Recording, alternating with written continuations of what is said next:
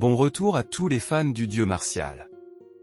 Entrons directement dans le vif du sujet aujourd'hui, sans perdre trop de temps. Nous étions en plein milieu d'un combat entre deux adolescents de 17 ans capables de rivaliser avec des adultes. Alors, reprenons. L'affrontement ne ralentit pas une seule fraction de seconde. Yan-Lang attaqua la première, levant haut la jambe avant de l'abattre avec une force totale, cherchant à écraser Kim Joo-yeok sous son coup. Il se glissa sur le côté sans effort, et son attaque manqua si largement qu'elle frappa le sol de plein fouet, le fissurant et projetant des éclats de pierre comme des éclats d'obus. Elle ne s'arrêta même pas pour réfléchir.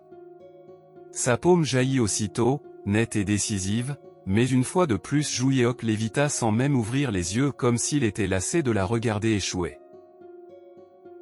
C'est à ce moment-là que la réalité la frappa enfin, ce n'était pas de la chance. Elle se figea un bref instant, incapable de comprendre comment chacune de ses attaques était anticipée et esquivée avec une telle précision. Comprenant que l'agression brute ne fonctionnait pas, Yan-Lang recula, tentant de créer de la distance et d'attendre une ouverture. Joo-yeok ne lui en laissa pas le temps. Il avança immédiatement, effaçant l'espace entre eux, et eut même l'audace de lui demander où elle pensait aller comme s'il s'agissait d'un simple entraînement et non d'un vrai combat. Son poing s'enfonça droit dans son ventre. L'impact la projeta en arrière, une douleur fulgurante traversant tout son corps, et la foule n'eut même pas le temps de réagir. Étrangement, Joo-yeok sembla satisfait, reconnaissant calmement qu'elle n'était pas mauvaise puisqu'elle avait déjà ajusté sa posture pour amortir le coup au lieu de l'encaisser de face. Il l'admit sans détour, elle était douée. Il l'avait su dès l'instant où il l'avait laissé porter le tout premier coup. Même les disciples qu'il avait entraînés il y a des siècles ne se déplaçaient pas avec une telle agilité, et cette pensée força enfin Yan-Lang à cesser toute attaque. Il ne devrait pas exister quelqu'un de son âge à ce niveau-là. Cette réalisation aurait dû l'écraser. Au lieu de cela, elle sourit. L'excitation remplaça la frustration, car s'il était vraiment aussi fort, alors elle avait enfin la permission de se donner à fond. Joo-yeok observa attentivement son expression et décida qu'il devait encore un peu l'user. Au même moment, le combat était diffusé ailleurs, observé en silence par Ryon-Seol. Son garde du corps hésita avant de parler, visiblement mal à l'aise à l'idée de questionner quelqu'un du Lotus Blanc, mais il demanda si Joo-yeok allait vraiment s'en sortir. Elle balaya d'abord l'inquiétude, affirmant qu'un étudiant extérieur n'avait aucune chance face à Yan-Lang. Puis il alla trop loin, soulignant que même Ryon-Seol elle-même avait perdu contre la jeune fille, ajoutant rapidement que c'était uniquement parce que le combat interdisait l'usage du mana, se limitant à la force physique. Ryon-Seol ne protesta pas. Elle admit sa défaite et ajouta pire encore, même avec le mana, la victoire n'aurait pas été garantie. Cette réponse prit le garde du corps complètement au dépourvu. Elle expliqua calmement que leur niveau de mana était presque identique à l'époque, et que c'était il y a des années. En toute logique, Yan-Lang devait être bien plus forte aujourd'hui, physiquement comme magiquement. Cette explication ne fit qu'approfondir son doute si c'était vrai, comment Joo-yeok pouvait-il espérer gagner? Ryon-Seol resta imperturbable. Ce garçon n'était pas normal. Il avait déjà écrasé des créatures maléfiques, dominé des compétitions sans effort et laissé des traces de son passage à Valhalla. Quelque chose chez lui défiait le bon sens, et elle était convaincue qu'il ne tomberait pas facilement. De retour sur le champ de bataille, Yan-Lang explosa à nouveau en avant, griffes déployées comme un tigre bondissant pour tuer. Deux entailles tranchèrent l'air, toutes deux évitées de justesse, mais le coup de genou qui suivit prit Joo-yeok complètement au dépourvu alors qu'il le regardait droit devant lui. Elle était certaine de l'avoir touché. La victoire traversa son esprit jusqu'à ce qu'une douleur atroce déchire sa jambe. Elle hurla, agrippant son genou, stupéfaite par la souffrance qui lui revenait de plein fouet. Elle le fixa, incrédule, exigeant de savoir si sa tête était faite d'acier. Joo-yeok se contenta de rire et de hausser les épaules, répondant que peut-être, avant d'expliquer tranquillement qu'il voulait simplement voir lequel de son genou ou de son front était le plus solide. L'irritation de Yan-Lang déborda. Aucune de ses attaques les plus puissantes ne fonctionnait, et l'admettre blessait son orgueil plus encore que la douleur. Sa force physique brute était inférieure à la sienne. Impossible de le nier. Elle exigea la confirmation qu'il n'avait pas utilisé le mana une seule fois. Il répondit oui, lui rappelant que c'était exactement ainsi qu'elle avait voulu le combat. C'est à ce moment-là qu'elle changea les règles. À partir de là, il était autorisé à utiliser le mana. Elle avait fini de se retenir, et si elle devait gagner, ce serait avec tout ce qu'elle possédait. Ce serait un affrontement à pleine puissance. Ju Yeok remarqua immédiatement le changement. Pour la première fois, elle avait l'air sincèrement humble tandis que le mana se rassemblait autour d'elle. Il accepta sans la moindre hésitation. Si elle dansait, il danserait aussi. Une immense aura bleue jaillit autour de lui. Ses yeux brillèrent, ses mains restèrent tranquillement dans ses poches, et il paraissait aussi détendu que jamais. Yenlang se figea. Sa posture s'effondra tandis que le choc la clouait sur place. La sueur coulait sur son visage tandis qu'une seule pensée se répétait dans son esprit: comment un lycéen peut-il posséder autant de mana? Elle décida sur le champ qu'il était l'adversaire le plus fou qu'elle ait jamais affronté. Ce qui signifiait qu'il n'y avait plus aucune raison de se retenir. Elle chargea à pleine vitesse, déterminée à en finir d'un seul coup. Son poing brûlait d'une énergie condensée rouge lorsqu'il fonça droit vers son front. Ju Yeok ne bougea pas. Pas d'un millimètre. Elle était convaincue d'avoir gagné. À la toute dernière seconde, son corps entier se déplaça. Il esquiva à une vitesse impossible comme si la réalité elle-même avait pris du retard, laissant Yenlang figé, incrédule.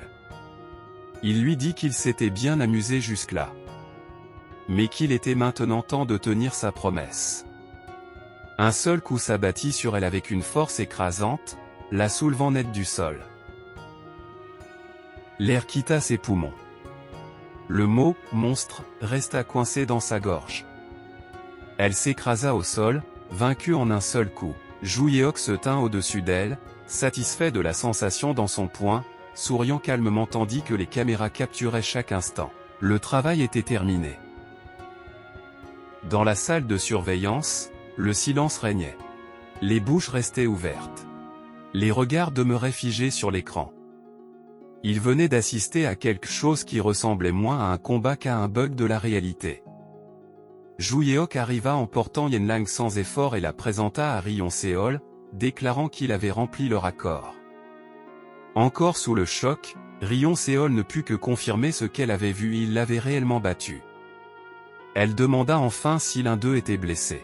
Il répondit qu'il allait parfaitement bien, pas même une égratignure, même s'il n'était pas sûr pour Yenlang.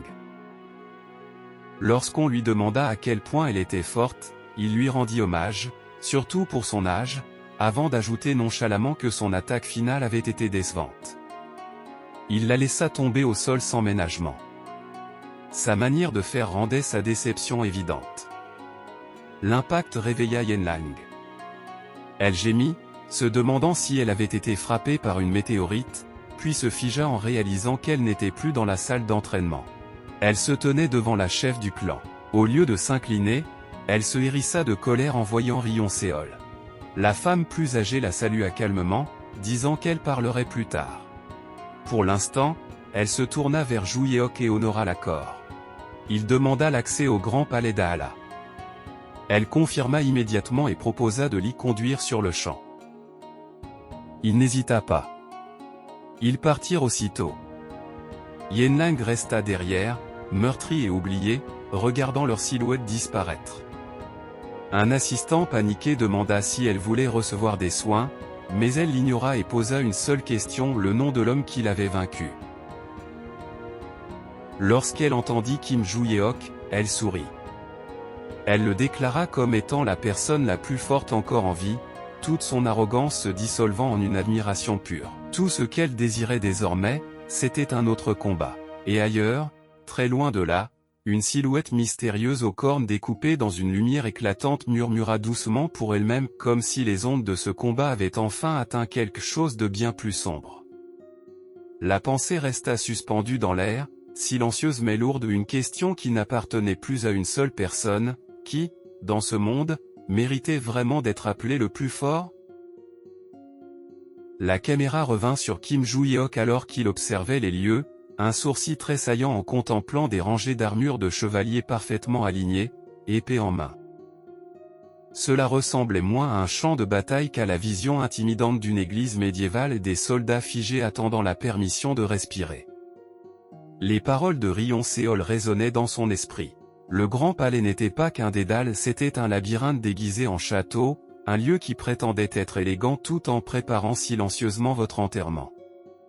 Elle l'avait averti des monstres à l'intérieur, des créatures connues sous le nom d'armures vivantes, tout en affirmant que l'exploration en elle-même ne serait pas difficile. Joo-hyok n'avait demandé qu'une seule chose en retour: combien de temps lui serait accordé. 5 heures. Reviens demain si tu en veux plus. Joo-hyok avait décidé que 5 heures suffisaient largement, c'est pourquoi il commença à s'étirer, roulant des épaules comme quelqu'un s'échauffant avant un jogging plutôt que devant un massacre. Si ces armures vivantes comptaient le ralentir, alors la solution était évidente: supprimer le retard. Pile à ce moment-là, chaque chevalier en armure bougea à l'unisson. Des bottes d'acier frappèrent le sol tandis qu'ils se ruaient sur lui ensemble, épée levée, le nombre remplaçant la stratégie. Joo-hyok ne recula pas, ne paniqua pas, ne parut même pas impressionné. Son plan était simple, tous les éliminer. Un soldat en armure chargea le premier, et Joo-hyok sourit, traçant un arc noir fluide de sa lame qui trancha l'armure en 2 nets. Les morceaux s'effondrèrent au sol comme des accessoires abandonnés, sans vie et sans éclat. Quelques instants plus tard, le silence revint. La dernière armure vivante se désagrégea, et Joo-hyok expira, estimant que cela devrait lui acheter un peu de tranquillité pour l'instant. Il regarda autour de lui, agacé, marmonnant qu'il avait déjà fouillé plus de 20 salles sans rien trouver. Vérifier chaque pièce manuellement aurait pris une éternité, et aucune ne ressemblait au bureau mentionné par le système. C'est alors que Brass prit la parole. Il conseilla à Joo-hyok de vérifier la porte sur sa droite, admettant que ce n'était qu'une intuition, mais cette porte semblait différente. Joo-hyok ne protesta pas, à ce stade, l'intuition valait mieux que tourner en rond. Dès qu'il entra, l'atmosphère changea. Un vieux tableau était accroché au mur, et la pièce sembla enfin correcte, poussiéreuse, silencieuse, réfléchie. Ce n'était pas une réserve. C'était un bureau. Joo-hyok étudia le tableau, se demandant s'il représentait Alfred Ray, le maître du labyrinthe, lorsque Brass indiqua nonchalamment le nom gravé en dessous, Alfred Ray Johnny. Joo-hyok s'arrêta, puis plissa les yeux. Sa plus grande inquiétude n'était pas le nom, mais comment Brass avait pu le lire. Brass balaya la question d'un haussement d'épaule, disant qu'il n'en savait rien, peut-être à cause de ses souvenirs hérités. Joo-hyok décida que cela suffisait pour le moment.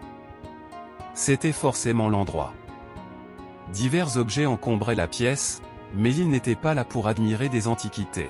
Il cherchait un passage secret. Fouiller prudemment lui sembla être une perte de temps, alors il opta pour l'efficacité. Les meubles volèrent en éclats sous ses poings, les tables se fendirent, les chaises explosèrent, les livres se dispersèrent comme des oiseaux effarouchés. La pièce sombra dans le chaos. Et alors il le trouva. Une trappe dissimulée sous les décombres. Sans hésiter, Joo-hyok l'ouvrit et descendit les escaliers. Le système retentit immédiatement, annonçant que les conditions étaient remplies. La salle secrète d'Alfred Ray Johnny avait été découverte. Mais la véritable surprise n'était pas le message, c'était la femme qui l'attendait. Une silhouette aux cheveux rouges était assise calmement à une vieille table, posture détendue, comme si elle l'avait attendu depuis le début. Joo-hyok s'arrêta, ses instincts s'aiguisant, et demanda qui elle était et ce qu'était réellement cet endroit. Elle sourit poliment et lui demanda d'abord de s'asseoir. Une fois fait, elle se présenta comme une guide. Rien que cela le déstabilisa. Il n'avait jamais vu ce nom auparavant, et elle admit que ce n'était qu'un surnom. Son véritable nom avait été volé.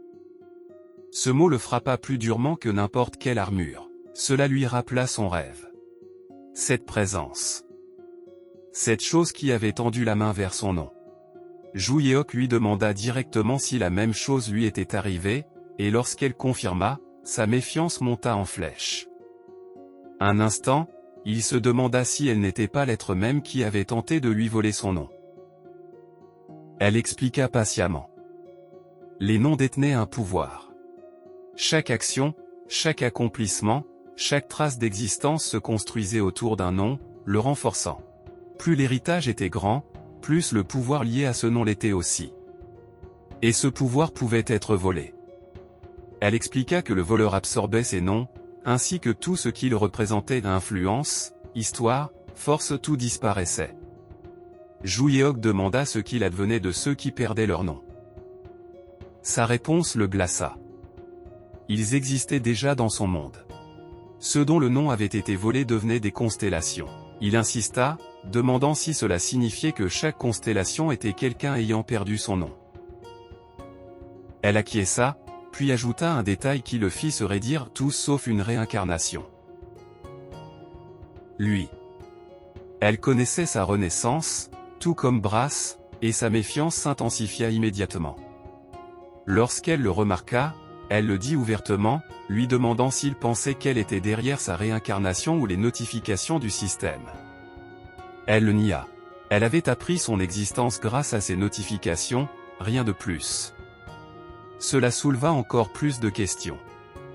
Avait-elle aussi un système? Zhu Yeok trancha court et demanda ce qu'elle savait de la chose qui avait tenté de lui voler son nom à l'intérieur de la tour du jugement. Elle lui donna un titre, le maître du labyrinthe. Selon elle, cet être avait envoyé la tour de la destruction sur Terre, l'utilisant pour récolter des exploits, créer des légendes, puis voler la puissance accumulée. Zhu Yeok contesta immédiatement cette logique. Un maître de labyrinthe n'aurait pas dû avoir l'autorité d'envoyer quelque chose comme ça sur Terre. Son pouvoir aurait dû se limiter à son propre domaine. La réalisation le frappa en plein milieu de sa phrase. La femme sourit. La Terre elle-même était un labyrinthe. Il rejeta cette idée sans hésiter, mais elle ne protesta pas, se contentant d'affirmer que croire ou non relevait de son choix et qu'elle n'avait aucune raison de mentir. Acceptant temporairement cette prémisse, Zhu Yeok demanda si le but de la tour avait été simplement de générer des individus puissants pour que le maître du labyrinthe puisse les dépouiller. Elle confirma. Le chaos forgeait des légendes, et seuls les plus forts survivaient assez longtemps pour obtenir des noms dignes d'être volés. Mais elle ajouta une condition: tout le monde ne devenait pas une constellation. Leurs exploits devaient répondre à des critères précis. Dans son esprit, Zhu Yeok ricana. Ses propres disciples auraient largement rempli ces conditions. Ce qui avait commencé comme une quête de réponse s'était transformé en irritation. Tout donnait l'impression d'un jeu orchestré par un seigneur de labyrinthe omnipotent, l'humanité réduite à de simples pions jetables. Elle interrompit sa colère, disant que ce n'était pas aussi simple. Sa réincarnation avait été imprévue, une anomalie que même le maître du labyrinthe n'avait pas anticipée. Elle suggéra qu'il pourrait être capable de contre-attaquer. Zhu Yeok n'y crut pas. Ils étaient déjà au courant de son existence. Et comment aurait-il pu vaincre un être qui lui envoyait des notifications système, la chose même qui rendait ses actions possibles? Elle le corrigea. Celui qui l'avait réincarné et lui avait donné le système n'était pas le maître du labyrinthe. Cette révélation ne fit que l'agacer davantage. Une autre entité semblable à un dieu, une autre main invisible tirant les ficelles. Lorsqu'il demanda qui c'était, elle admit qu'elle l'ignorait. Mais elle croyait que cet être était lié à lui. Quelqu'un de proche. Avant qu'il ne puisse insister, elle leva les mains, une lumière rose se rassemblant entre ses paumes tandis que la magie prenait forme. Un anneau scintillant se matérialisa, brillant doucement. Elle le lui tendit. Zhu Yeok le fixa, demandant ce que c'était, mais elle coupa court à la conversation. Le temps pressait. Cet anneau, dit-elle, était sa chance de contre-attaquer. Il demanda pourquoi elle manquait de temps alors qu'ils se tenaient tous deux là. Sa réponse fut immédiate: le maître du labyrinthe la traquait, et rester plus longtemps risquait de la faire repérer. Elle l'assura néanmoins que maintenant qu'ils s'étaient rencontrés une fois, se revoir serait plus facile. 2 jours. Elle claqua des doigts, lui disant de ne pas perdre l'anneau, et la réalité se brouilla. L'instant suivant, Joo-yeok se retrouva à l'entrée du labyrinthe du Grand Palais d'Aala. La conversation laissa un goût amer dans sa bouche. Les réponses étaient venues enveloppées de frustration, et la vérité ne faisait qu'aggraver les choses. Cette tour n'avait pas été un accident. Elle avait été envoyée par quelque chose qui volait les noms des puissants. Et maintenant, Kim Joo-yeok savait qu'il faisait déjà partie de ce jeu. La vérité s'installa dans sa poitrine comme une écharde impossible à retirer. Celui qui avait ruiné son avenir, celui qui avait transformé sa richesse durement acquise en une farce, était encore en vie quelque part. Et Kim Joo-yeok décida, très calmement, que le maître du labyrinthe paierait pour cela. Il fit tourner l'anneau dans sa main, l'observant d'un air sombre. Il ne le renforçait pas, ne réagissait pas, ne faisait rien de visible, ce qui, étrangement, le rendait encore plus irritant que s'il avait été totalement inutile. Ses pensées dérivèrent vers la puissance, le seul langage que ce monde respecte réellement. Dans sa vie précédente, ses pierres de stockage étaient remplies d'énergie magique raffinée, qu'il n'avait jamais totalement absorbée. Ce serait sa prochaine étape. Son corps était peut-être faible pour l'instant, mais son réservoir de mana n'était pas obligé de le rester. S'il pouvait le recharger, même partiellement, il pourrait commencer à se rapprocher de son apogée. Et cela ne suffirait toujours pas. Les gens de cette époque étaient plus faibles qu'ils ne l'étaient il y a 300 ans, mais cela ne faisait que relever l'objectif. Cette fois, il ne comptait pas simplement retrouver son ancien sommet, il avait l'intention de le dépasser. Cette résolution bien ancrée, Joo-yeok se tourna et marcha vers la sortie du Grand Palais d'Aala, l'anneau reposant silencieusement dans sa main. Très loin de là, de l'autre côté du Pacifique Nord, sur une île isolée, un autre homme fixait une tablette avec une rage à peine contenue. L'écran montrait des reportages sur un célèbre groupe d'assassins arrêtés après avoir été complètement anéantis par un étudiant de Valhalla. Ses doigts se crispèrent. L'écran vola en éclats sous la pression de sa poigne, le verre se fissurant comme de la glace avant qu'il ne jette l'appareil brisé à travers la pièce. C'était Hannibal le roi dragon, chef des croyants, et un homme qui ne tolérait pas l'échec. Il observait Kim Joo-yeok depuis que sa constellation avait montré son mécontentement envers le garçon. Lorsque ce sale gosse de Ventrique avait demandé l'élimination de Joo-yeok, Hannibal avait saisi l'occasion et s'était assuré que les bonnes personnes soient engagées. Et ils avaient quand même échoué. Pire encore, ces soi-disant professionnels avaient avoué que les dévots de l'unique étaient derrière la tentative. Hannibal bouillonnait d'ironie. Comment des assassins aussi incompétents osaient-ils même utiliser ce titre? Un appel arriva avant qu'il ne puisse casser autre chose. La voix de Georg l'accueillit, calme et familière, lui demandant si ce Kim Joo-yeok était la source de sa colère. Hannibal ne le confirma pas directement, mais ne le nia pas non plus. Georg dit qu'il comprenait, mentionnant qu'il avait lui aussi perdu quelqu'un d'important à cause de ce même garçon. Hannibal demanda aussitôt s'il parlait de Dazara. C'était bien le cas. Georg expliqua que Dazara avait accepté une mission sans autorisation, divulgué des informations à un lycéen et était devenu un risque. Georg avait prévu de le garder comme informateur au sein de la famille Ventrique, mais une fois le danger devenu trop grand, il s'était personnellement assuré que Dazara ne parlerait plus jamais. Puis il proposa une solution à Hannibal. Ces trois assassins étaient en route pour la prison, et les extrémités libres étaient dangereuses. Si Hannibal le voulait, Georg pouvait les faire taire eux aussi, éliminant ainsi tout risque de nouvelles fuites. Hannibal réagit à peine. Son inquiétude ne les concernait pas, elle concernait Joo-yeok. Il posa la vraie question, comment s'était-il débarrassé de lui? La réponse de Georg fut immédiate. Ils ne l'ont pas fait.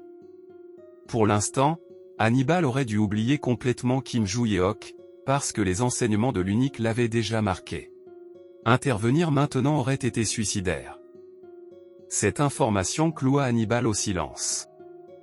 Même des criminels comme eux craignaient quelque chose de pire. Georg acquiesça, disant qu'ils avaient peut-être le mal en eux, mais qu'il existait des gens encore plus dérangés, même selon leurs standards. Personne ne comprenait leur motivation, seulement leurs résultats. Une fois qu'ils prenaient quelqu'un pour cible, la fin de cette personne était garantie. Ils avaient même tué le prédécesseur de Logan, l'unique.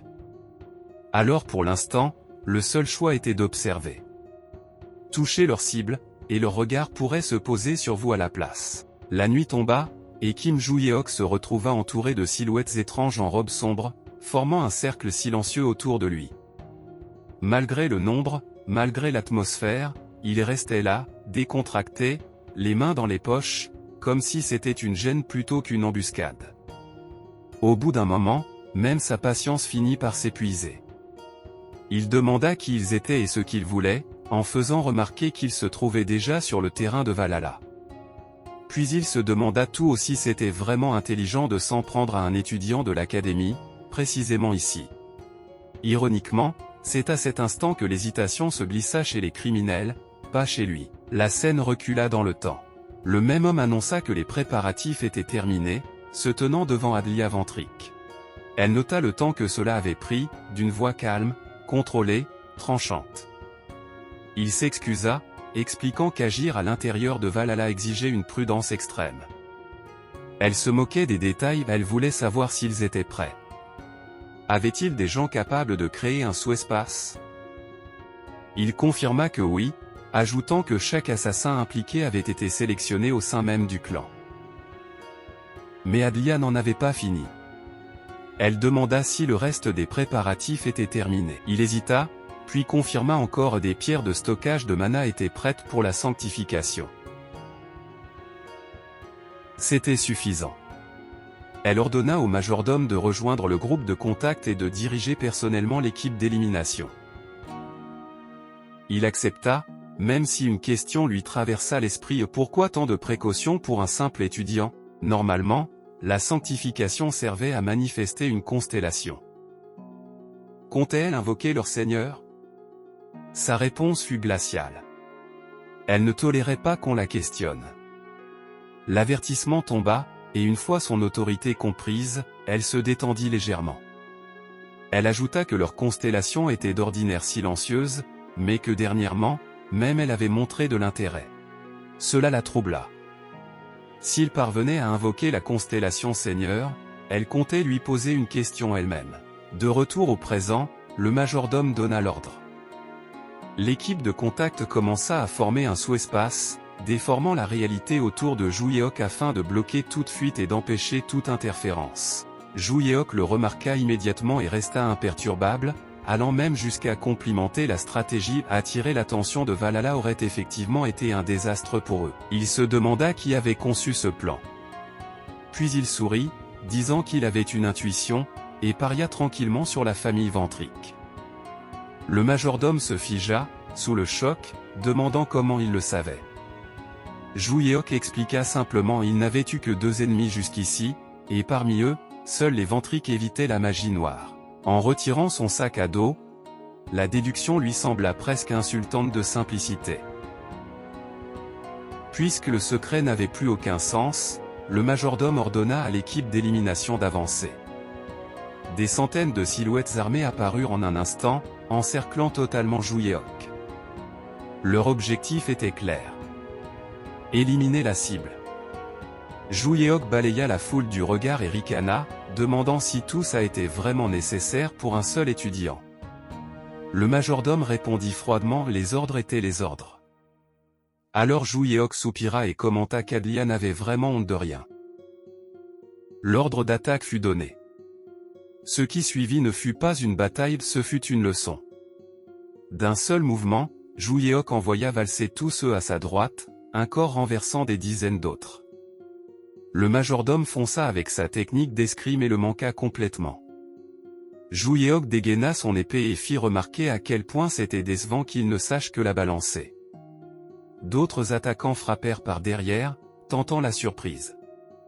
Il esquiva sans effort, répliquant d'un simple coup de pied qui les abattit comme s'il n'avait rien pesé. L'expression du majordome se durcit lorsqu'il tenta à nouveau, cherchant lui aussi à surprendre. Il échoua. Le choc s'abattit sur lui. Il était le chef, et il n'arrivait même pas à toucher sa cible. Ce n'était pas la puissance d'un lycéen, ça ne l'avait jamais été. Malgré leur intention de le tuer, Joo-yeok refusa d'utiliser une force létale. Il dit qu'il commençait à l'agacer, et montra exactement à quel point la retenue pouvait être douloureuse. La garde de son épée s'écrasa contre le majordome. À cet instant, on aurait dit que l'âme de l'homme quittait son corps. Alors que sa conscience s'effaçait, une seule pensée résonna dans son esprit et il aurait dû écouter. Son chef avait raison. Il l'avait sous-estimé. Qu'il soit encerclé par des centaines d'hommes ou non, il n'avait jamais été proche de lui. Et sur cette prise de conscience, il s'effondra au sol, inconscient. À l'instant où leur chef tomba, Kim Joo-yeok comprit quelque chose d'important, la véritable personne derrière ce chaos venait enfin de se montrer. Adlia Ventric entra en scène personnellement, ne se cachant plus derrière des soldats ou des ordres. Son regard balaya le champ de bataille, ses hommes à terre, son majordome de confiance gisant parmi eux. Elle avait recruté avec soin, s'assurant que chaque membre de cette équipe d'élimination était plus fort qu'un combattant moyen et c'était précisément pour cela que la scène devant elle la troublait autant. Cela n'aurait jamais dû arriver. Qu'un seul étudiant les écrase tous ainsi n'était pas seulement inattendu, c'était terrifiant. N'ayant plus d'autre option, Adlia tira sa lame. Elle dit à Joo-yeok qu'il devait se sentir honoré. Voir l'artefact divin de la famille Ventric était un privilège que les gens ordinaires ne connaîtraient jamais de toute leur vie. Joo-yeok éclata de rire en pleine figure. Pour lui, ce n'était qu'une dague luxueuse, et franchement, un clan qui avait besoin d'une armée pour s'acharner sur un étudiant ne respirait pas vraiment la dignité. Ce fut la goutte de trop. Adlia bondit, dague scintillante, l'orgueil guidant son attaque. Mais avant même qu'elle ne l'atteigne, les pierres de mana incrustées dans ses soldats commencèrent à vibrer. Une lueur jaune, brutale, jaillit d'elle. Personne ne comprit ce qui se passait. Adlia se retourna instinctivement, une confusion furtive traversant son visage tandis que la lumière gagnait en intensité. Tout le monde se figea sous le choc, tout le monde sauf Joo-yeok. Mains dans les poches, expression calme, il restait là comme si tout se déroulait exactement comme prévu. Puis la dague d'Adlia se mit à briller de la même lumière jaune. Quelque chose n'allait pas. Une pensée terrifiante lui traversa l'esprit, l'artefact de la famille Ventric était-il en train de s'éveiller? La lueur se propagea, inondant la zone entière, avalant tout dans son aura. Et ensuite, sans ambiguïté, un message du système apparut. Il demandait si la personne en face de lui était son maître. La lumière ne s'arrêta pas. Elle continua de jaillir des pierres et de la relique, immobilisant tout le monde. Adlia pouvait encore penser, voir, sentir mais son corps refusait de lui obéir. Elle réalisa que ses soldats étaient totalement figés, esprit et corps scellés. D'une manière ou d'une autre, elle seule gardait sa conscience. Et pourtant, Kim Joo-yeok bougeait librement. Il avança tranquillement, observant la relique, se demandant tout aussi c'était donc ça, la sensation d'un artefact divin. Quand sa main toucha la lame, une nouvelle invite système apparut. Maître. Pour la première fois, Joo-yeok hésita. Puis le mana envahit l'air, affluent de chaque pierre portée par les soldats, se rassemblant et prenant forme. Une présence se manifesta, celle que la famille Ventric vénérait, admirait et craignait. Leur constellation. L'être dont ils tiraient leur fierté, symbole d'une puissance écrasante. Mais quelque chose n'allait pas. La constellation retira son masque. En dessous, ce n'était ni un dieu, ni un monstre mais une jeune fille. Elle fixa Kim Joo-yeok de ses yeux brillants et l'appela son maître. Pendant une seconde, Joo-yeok se figea. Il ne pouvait pas parler. Il ne pouvait pas bouger.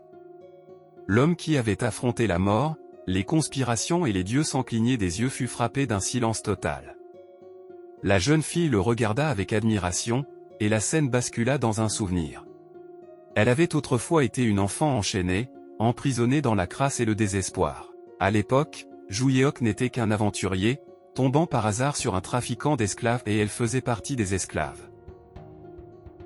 Il le vit immédiatement. La haine dans ses yeux. Celle qui naît quand le monde vous abandonne. Elle lui lança qu'il ne savait rien de sa souffrance. Joo-yeok ne le nia pas.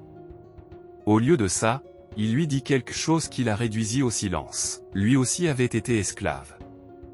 Enlevé enfant, lié par des entraves d'interdiction, portant ce poids pendant des années.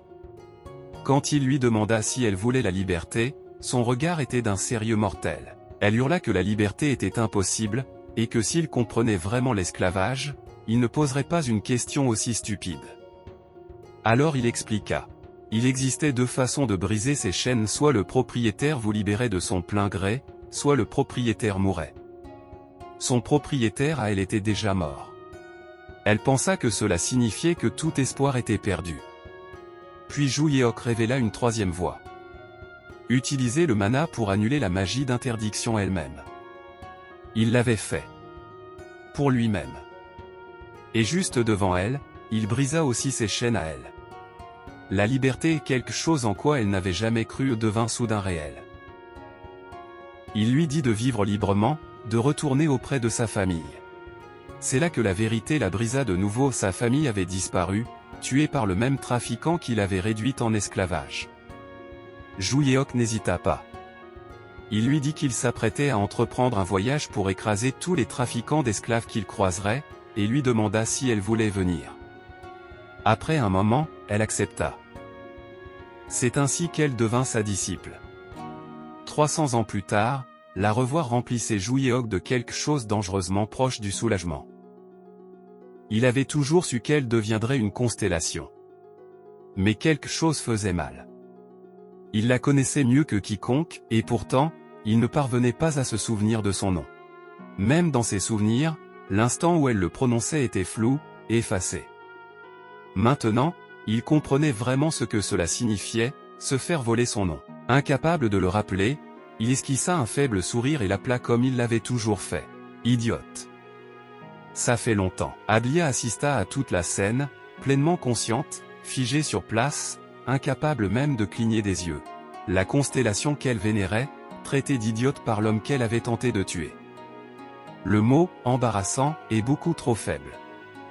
La jeune fille se tourna vers Adlia, appela encore Zhu Yeok son maître, puis demanda poliment quoi faire de ces gens-là. Elle récupéra sa relique sans effort, tandis qu'Adlia observait, en état de choc. D'un geste de sa puissance, le sort fut levé. Tout le monde s'effondra. Soldats, majordome, Adlia elle-même, seule Zhu Yeok resta debout. La jeune fille le regarda et proposa calmement de tous les tuer s'il le souhaitait, appelant ça une punition. Zhu Yeok refusa. Bien sûr qu'il refuse. Avec ce regard sombre et familier, la main posée sur son menton, c'était évident, il avait une meilleure idée. Le lendemain, l'Académie Valhalla reçut une nouvelle choquante. La famille Ventric avait fait don de 5 milliards de wons pour sponsoriser Kim Zhu Yeok. Un océan de zéro. Assez d'argent pour faire perdre leur sang-froid même aux professeurs. L'instructeur Lee Sang-cheol rendit visite à son collègue Kim Li-gon, tous deux perplexes. La dernière fois que la famille Ventric avait tenté d'étouffer un scandale avec de l'argent, Zhu Yeok avait refusé net. Alors pourquoi maintenant? Rokdil avait déjà été banni. Si la famille voulait le récupérer, elle le sortirait par la force. Rien n'avait de sens. Ils pensèrent que Zhu Yeok refuserait encore. Puis il fut convoqué à une réunion. Et à la stupeur générale, il accepta le don avec un sourire. Le professeur ne put que le fixer, abasourdi, acceptant intérieurement que les surprises faisaient désormais partie du métier. Zhu Yeok demanda tranquillement pourquoi il refuserait un cadeau aussi généreux. On l'informa qu'il était désormais un étudiant VIP, éligible à des dortoirs premium s'il le souhaitait. Il haussa les épaules, disant que sa chambre actuelle lui suffisait pour l'instant. Après son départ, le professeur restait encore perplexe, perdu dans ses pensées. Toute cette affaire était si étrange. Il avait refusé la proposition précédente sans même hésiter. Mais cette fois, il l'avait acceptée immédiatement avant de partir. De toute façon, au moins cela n'allait pas affecter l'académie. Ce n'était donc pas son problème. Plus tard, Zhu Yeok, en traversant l'académie, le souvenir de ses retrouvailles avec sa disciple au masque de corbeau resta accroché à son esprit. Et pour une fois, le chaos semblait gérable. Le premier instinct de la jeune fille était simple et brutal et effacer tous ceux qui avaient osé lever la main sur son maître. Propre, efficace, définitif. Mais Joo Yeok, lui, ne voulait pas d'un massacre. Il voulait un levier. Alors il lui demanda calmement de n'en réveiller qu'un seul. Elle obéit sans hésiter, et Adlia reprit conscience. Il y a quelques instants, elle donnait des ordres et exhibait des reliques, maintenant, elle était à genoux, silencieuse, posture brisée.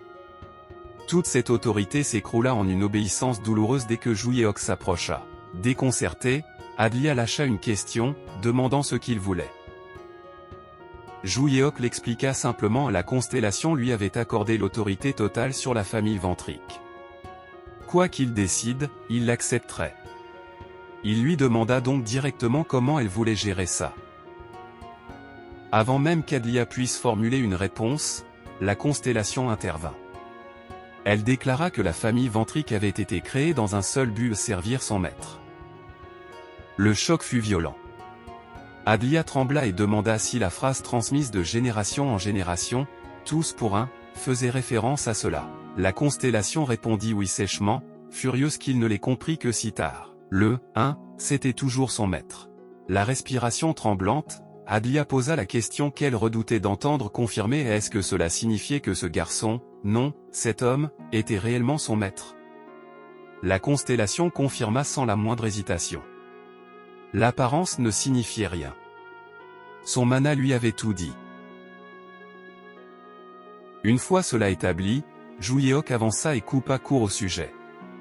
Ce n'était pas une question d'identité, c'était une question de ce qui allait arriver à Adlia, maintenant. Il admit qu'il n'aimait pas l'arrogance de la famille Ventrique, mais il reconnaissait aussi leur influence et leur place dans la société. Prendre le contrôle directement lui semblait épuisant, alors il lui posa une question très simple. Était-elle compétente dans son rôle? Adlia fut prise de court, bégaya d'abord, puis répondit. Elle expliqua que même si elle était officiellement la vice-chef, cela faisait 4 ans qu'elle dirigeait réellement le clan. Pendant ce temps, elle l'avait stabilisé et assuré sa position de clan le plus puissant du Royaume-Uni. Joo Yeok l'écouta, hocha la tête et lui dit de continuer. C'était sa décision. Elle continuerait à diriger la famille Ventrique, mais à partir de maintenant, elle travaillerait pour lui. Elle soutiendrait ses objectifs sans les remettre en question. Pour que le message s'imprime bien, il désigna la constellation et lui rappela ce qui était en jeu. Si Adlia dépassait les limites, tout le monde ferait un aller simple vers l'autre monde. Sa disciple le rassura, promettant de s'assurer personnellement que la famille Ventrique se tiendrait à carreau. Mais au moment même où elle le disait, une lueur dorée vacilla autour de son corps.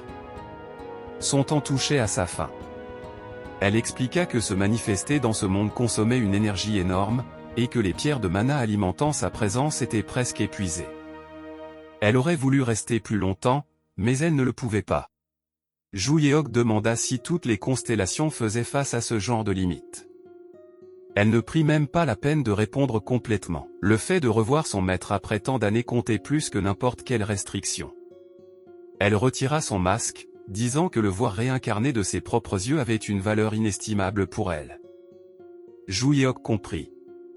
Il ordonna doucement à sa chère disciple d'aller se reposer.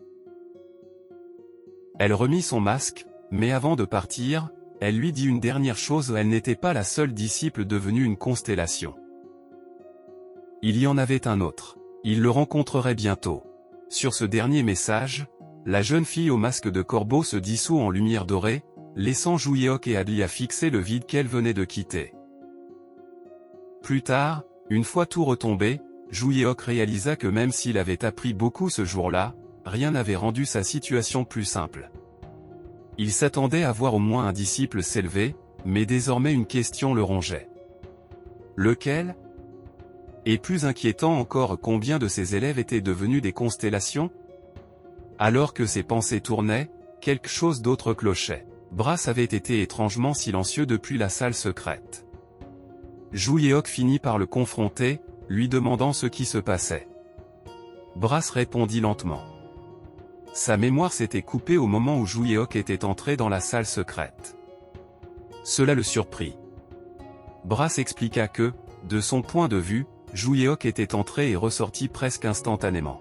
Durant cet intervalle, des fragments de sa propre mémoire étaient revenus, seulement des morceaux, mais des morceaux importants. Jouyeok plaisanta sur l'ancienne lignée de tigres de Brass, le prenant de court. Brass précisa que ce n'était pas un détail insignifiant.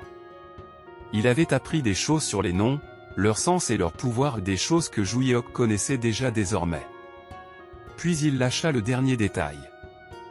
Le maître du labyrinthe était celui qui lui avait donné le nom Brass. Et comme ça, un nouveau fil se resserra autour du destin de Kim Jouyeok alors que l'épisode se terminait. Kim Jouyeok n'a pas seulement gagné un combat aujourd'hui, il a découvert les règles du monde. Une guide aux cheveux rouges l'a confirmé, les noms qui donnent du pouvoir peuvent être volés. Et le voleur a un titre, le maître du labyrinthe. Et le pire ? La Terre elle-même pourrait être un labyrinthe. Puis le destin est devenu personnel. Jouyeok a retrouvé une constellation de son passé, quelqu'un qu'il appelle encore maître, et qui lui a offert la famille Ventrique comme si c'était un don YouTube. Mais le dernier retournement est celui qui devrait le terrifier, le nom de Brass vient du maître du labyrinthe. Donc la question n'est pas, qui surveille Jouyeok? C'est depuis combien de temps il le façonne. On se retrouve dans le prochain épisode.